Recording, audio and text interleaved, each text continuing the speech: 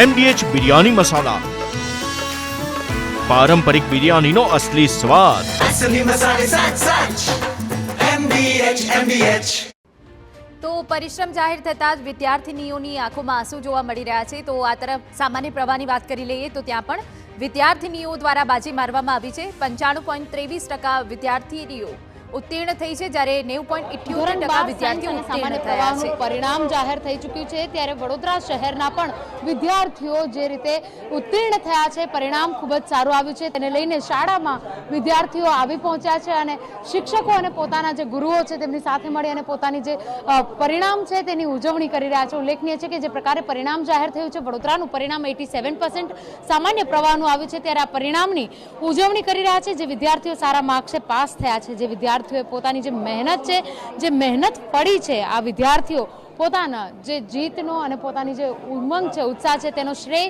પોતાના વાલીઓ અને તમામ લોકો સાથે ઉજવી રહ્યા છે. ઉલ્લેખનીય છે કે વિદ્યાર્થીઓ આપણી સાથે હાજર છે, તેમની સાથે વાત કરવાનો પ્રયત્ન કરીશું.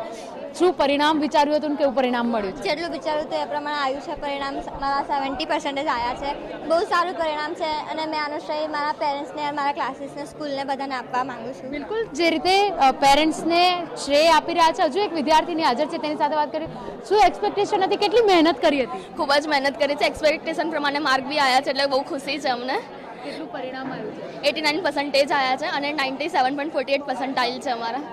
કેટલી ખુશી છે અને હવે આગળનું પ્લાનિંગ કઈ રીતના કરવામાં? આગળ તો CA કરવું છે અને અત્યારે ખૂબ જ ખુશી છે અમને. ખૂબ ખુશી વ્યક્ત કરી રહ્યા છે. હજુ પણ બીજા મિત્રો છે. કેવી રીતની તૈયારીઓ કરી હતી આપે અને કઈ રીતનું પરિણામ આપને મળ્યું છે? તૈયારીઓ તો ખૂબ કરી હતી અને પરિણામ પણ સારું જ મળ્યું છે. પરિણામ આવ્યું છે 92.45 PR છે અને 84% છે. જે રીતની તૈયારીઓ કરી હતી, કેવી રીતે સ્ટડી કર્યું હતું કે જેના લીધે આ પરિણામ સુધી પહોંચી શક્યા છો તમે? કારણ કે જે રીતનું પરિણામ થતું હોય છે, અનેક લોકો ગભરાઈ પણ જતા હોય છે પરીક્ષા પહેલા. કેવી રીતની તૈયારીઓ? એટલે જો જે બધું સ્કૂલમાં અને ક્લાસીસમાં બધું ચલાવતા હતા, એ ઘરે આવીને એકવાર રિવિઝ કરતા હતા, બધું રિવિઝન કરતા હતા. પછી એકને એક વસ્તુ લખીને બધું યાદ રાખતા હતા, બધું કરતા હતા. બધું ફરીથી એકને એક વસ્તુ 2-3 વાર રિવાઇઝ કરતા હતા, ક્વેશ્ચન બધા લખીને વાંચતા હતા, એવું બધું કરતા હતા. બિલકુલ, વાંચી અને પોતાના જે પરિણામ છે ત્યાં સુધી પહોંચ્યા છે. હજુ એક વિદ્યાર્થી છે, ભક્ત બનીને આવ્યા છો, જે વેશ છે તે પણ ભક્ત જેવો કર્યો છે. કેવી રીતની તૈયારીઓ હતી, શું પરિણામ મળ્યું છે? મારું પરિણામ 93% આવ્યા છે. મારી તૈયારી, હવે હું કહી શકું છું કે મારી મહેનત હું જેટલો કરતો હતો એનું કોઈ દિવસ હું પ્રમાણ નહોતો રાખતો, કારણ કે હું કૃષ્ણ ભગવાનના વચનોમાં મક્કમ રહેતો હતો કે હંમેશા મહેનત કરવી પણ ફળની અપેક્ષા ના રાખવી. એટલે હું સતત મહેનત કરતો ગયો અને આજે મને ખૂબ સરસ પરિણામ મળ્યું છે. શું પરિણામ મળ્યું છે અને કેવી રીતની મહેનત કરી હતી? મારું પરિણામ હું કહી શકું છું કે હું ખૂબ સંતુષ્ટ છું. દરેક મારા શિક્ષકો, મારા પરિવારજનો, 93% એટલે મારા માટે તો ઘણું કહેવાય છે. અને બસ આ હનુમાનજી મહારાજની કૃપા છે મારા પર, હું એટલું કહેવા માંગુ છું. બિલકુલ, શાળાના આચાર્ય પરેશ શાહ પણ આપણી સાથે હાજર છે, વાત કરીશું. પરેશભાઈ, કેવી રીતનું પરિણામ આ વખતનું મળ્યું છે? કેવી રીતના વિદ્યાર્થીઓની મહેનત હતી અને આ પરિણામ કેટલું સંતુષ્ટ છે? જો કોમર્સમાં જોવા જઈએ તો શાળાનું પરિણામ તો ઘણું સારું છે. ગુજરાતી માધ્યમમાં તો 98 પોઈન્ટ સમથિંગ છે, અંગ્રેજી માધ્યમમાં સારું છે. પણ શાળાના પરિણામ કરતાં સમગ્ર ગુજરાતમાં વડોદરા શહેર અને જિલ્લાનું પરિણામ નીચું છે. જેમના મેં ડેટા જોયો તો એના માટે ખરેખર થોડી ચિંતાનો વિષય પણ છે. હું માનું છું કે કયા વિષયમાં પરિણામ નીચું આવ્યું એના માટે કોઈ બેસીને થોડું જોવું પડશે અને આવતા વર્ષે પરિણામ ઘણું સારું આવે એના માટે શિક્ષણ સાથે જેટલા લોકો સંકળાયેલા છે પૂરી મહેનત કરીશું.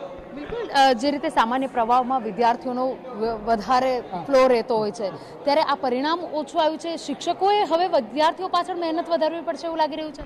ચોક્કસ. મેં ગયા વર્ષનું એક એનાલિસિસ કર્યું હતું, આ વર્ષ તો હજી મને નથી મળ્યું કારણ કે બધા સાથે હું થોડોક રોકાયેલો છું. ગયા વર્ષે કોમ્પ્યુટર અને લેંગ્વેજ, ગુજરાતી ભાષામાં અંગ્રેજી હોય કે ગુજરાતી હોય, એનું પરિણામ નીચું હતું, બાકી બધામાં સારું હતું. તો ઘણી વખત શું થતું હોય છે કે વિદ્યાર્થીઓ આવા જે વિષયો છે, લેંગ્વેજ છે, કોમ્પ્યુટર છે, એનામાં બહુ ધ્યાન નથી આપતા કે છેલ્લા દિવસોમાં વાંચી લેશું, તૈયારી કરી લેશું. અને કોમ્પ્યુટર વિષય એવો છે જે ટોટલી ઓબ્જેક્ટિવ સબ્જેક્ટ છે. એની અંદર શિક્ષક પણ ક્યાંક વિદ્યાર્થીને OMR સીટ ઉપર પરિણામ તૈયાર થતું હોય છે અને એની અસર સમગ્ર પરિણામ ઉપર થતી હોય છે. તો કોમ્પ્યુટર છે, એ સિવાય બાકીના મેં તમને જે વિષયો કહ્યા એની અંદર જો થોડા વિદ્યાર્થીઓ જો થોડી તૈયારી કરે તો પરિણામ સારું આવે છે. ઓવરઓલ કોમર્સના જે વિષયો છે એમાં તો વિદ્યાર્થીઓ બહુ સારું પરિણામ લાવતા હોય છે. ગુજરાતી છે, અંગ્રેજી છે, કોમ્પ્યુટર છે, આવા વિષયો પર વિદ્યાર્થીઓ છેલ્લા દિવસોમાં તૈયારી કરી લેશું એવી એક મનોસ્થિતિને કારણે પરિણામ ઘણી વખત નીચું આવે છે. તો વિદ્યાર્થીઓની મનોસ્થિતિ બદલવી એ શિક્ષણ સાથે જેટલા સંકળાયેલા છે શિક્ષકો છે એની ખૂબ જવાબદારી છે એવું હું માનું છું. બિલકુલ. તો જે રીતે વડોદરા શહેર જિલ્લાનું પરિણામ આવ્યું છે ક્યાંક વિદ્યાર્થીઓ માટે અને શાળા માટે ચિંતાનો વિષય કહી શકાય, પરંતુ અનેક વિદ્યાર્થીઓ એવા છે કે જે લોકોએ પોતાની મહેનત કરી હતી અને મહેનતનું ફળ પણ મેળવ્યું છે. ત્યારે વડોદરા શહેર જિલ્લામાં શાળાઓમાં જે વિદ્યાર્થીઓના પરિણામ ખૂબ જ સારા આવ્યા છે તે લોકો સાથે મળી, પરિવાર, મિત્રો અને શિક્ષકોની સાથે મળી અને પોતાનું જે પરિણામ છે, પોતાનું જે મહેનતનું ફળ છે તેને ઉજવી રહ્યા છે. ઉત્સાહપૂર્વક પોતાનું જે રિઝલ્ટ છે તેને લોકો માણી રહ્યા છે. કેમેરા પર્સન રોહિત ગોયલ સાથે Anjali Ojha, TV9. MDH kitchen king masala રસોડામાં હોય તો આપણે કંઈ પણ બનાવી શકીએ છીએ. રીંગણાનો ઓળો, બટેટા ફુલાવર, ભીંડી મસાલા અને બીજું ઘણું બધું. MDH